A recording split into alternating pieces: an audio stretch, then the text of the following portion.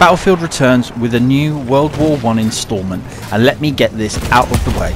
It's brilliant. Not brilliant as in it's a good game, kind of brilliant, but in an oh my god this is real war kind of brilliant. Before I get into the game, let me elaborate more on that point. Battlefield 1 is the most brutal, chaotic, ruthless game I have played in a long time. Having not been in the First World War, I can only glean what I know from films, documentaries and museums, and Battlefield 1 is everything I believe that being involved in a war would be like. So, where to begin? Let's start with the main campaign. The campaign is told over the course of 6 war stories. Each story comes from a different perspective of war. The first story, for example, comes from a chauffeur turned tank driver and follows your exploits through the mud and blood of France. Each story has its own narrative being driven by cutscenes and objectives given to you. The cutscenes are seamless with the action, and at no point do you ever feel disjointed. A decision is made at one stage where I felt gutted that the decision could potentially lead ultimately to the character's demise. The action has a perfect balance of full-on mayhem and then quiet, sneaky sections. In particular, where your tank breaks down and you are required to find spark plugs to fix the problem. However, as you can imagine, the spark plugs are situated still in their engines in a town that just happens to be occupied by German soldiers.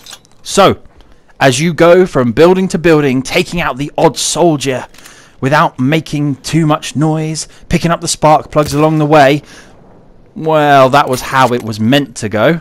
I went into a windmill, picked up a sniper rifle and started making way too much noise. The way that the game then descended into mayhem was perfect. The alarm was raised and soldiers started flowing towards my location. One soldier got onto an anti-tank gun and decided that the windmill didn't belong anymore, and it quickly had missing sides. Like I said, mayhem. So once you've played through enough of the campaign and want something a bit more easygoing, why not try out the multiplayer on one of its many modes? Who am I kidding? Online is much, much worse.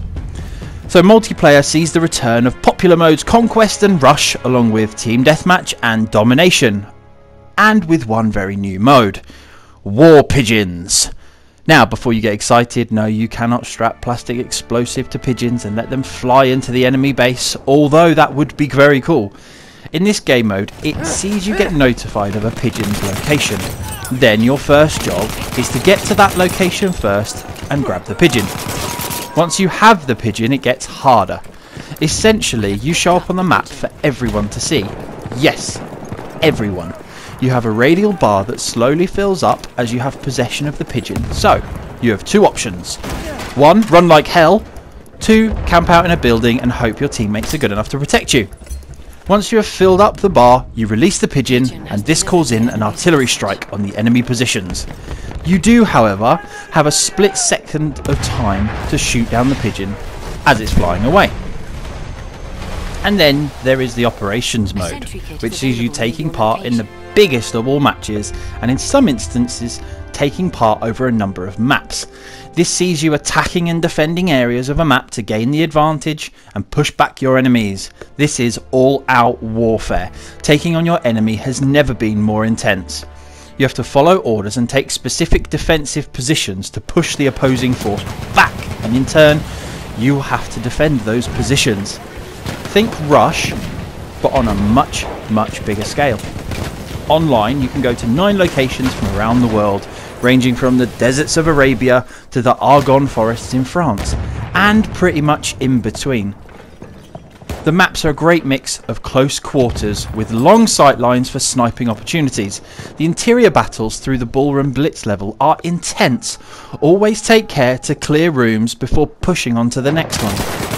As always, the online is best played as part of a squad. Tackling the battlefield on your own is a surefire way to die quickly and violently, sometimes with a bayonet straight to the chest. If you do end up in a squad, make sure that you add something to the squad, be it a medic who can revive fallen soldiers, or the support class. Dropping ammo packs to resupply everyone in the heat of battle is a godsend. The classes are generally the same from previous Battlefield games, with one difference. If you spawn straight into a tank, for example, you are immediately given the class of Tanker, which gives you a hammer for repairing your tank. Spawn straight into a plane and you are given the Pilot class, giving you access to pistol caliber carbines. Alternatively, find one of the new special classes dotted around the map and you can be turned into a walking death machine, be it from a flame trooper giving you a flamethrower, a sentry giving you a water-cooled automatic machine gun and plated armour, or the tank hunter with the 1918 tank Gewehr. This weapon can take out particular sections of a tank, be it its tracks or its gun mountings, and it can reduce a tank to rubble in a few well-placed shots. Or alternatively, just form up a squad full of your own tank hunters using the assault class with its anti-tank rocket gadget, its anti-tank grenade gadget, and its light tank hand grenade is a force to be reckoned with, being able to disable a tank in around 2 anti-tank grenades. Add a second person with this class and you are an asset to any team on the battlefield. And that brings us nicely into the vehicles. Oh, the vehicles. The vehicles come in 2 main varieties, ground and air. In the ground variety you have tanks, motorcycles with sidecars, trucks and horses. Yep, jump on your valiant steed and ride them into battle. Be careful though, as your horse can take damage and be killed with you still riding it. Then up into the air, and we have 3 different classes of planes. The bomber, which is slow and cumbersome, but having high powered weapons at its disposal, it can take down enemies with ease. And then 2 lighter planes, the 2-seater scout biplane, allowing you to have a rear gunner, perfect for dogfights, and then the Red Baron's Fokker DR1 triplane. This is the fastest of the 3 and is the choice of people wanting to quickly get after other planes. Then we have the behemoths. These are great big gigantic vehicles new to this year's game, and they come in 3 types. A train. The train rides into town, and with it comes devastation due to its heavy weapons, and a fair few of them at that. If the train comes into town, you better start working as a team to take it out, otherwise it could be the end of the battle for you. A zeppelin. It casts a giant figure in the sky, and you better start taking it down straight away, as it can rain heavy firepower from above and reduce buildings to rubble in no time at all. Be careful though when you finally do destroy it, as it comes crashing down wherever it wants and then leaves its scorching shell for you to fight amongst. Then finally the battleship. Well, what more is there to say? It's a battleship. Battlefield 1 has once again brought vivid warfare to a gaming console near you, and with it as near an experience as you will get at being on the front lines of World War I.